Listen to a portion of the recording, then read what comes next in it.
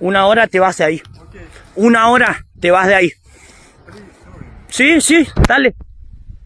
Por favor, allá las carpas, allá. Del otro lado, del otro lado. En el bosque no se puede hacer fuego. Prohibido, prohibido.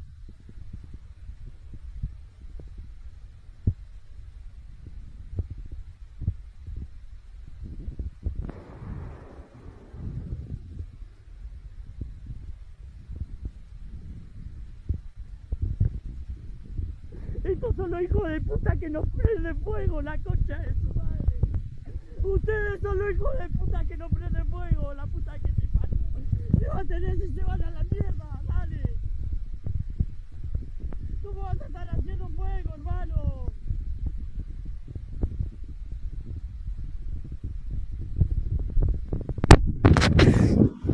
Me acabo de dar toda la vuelta porque vi una nube de humo y salí de ahí. Están estos hijos de puta, están prendiendo fuego en la concha de su madre.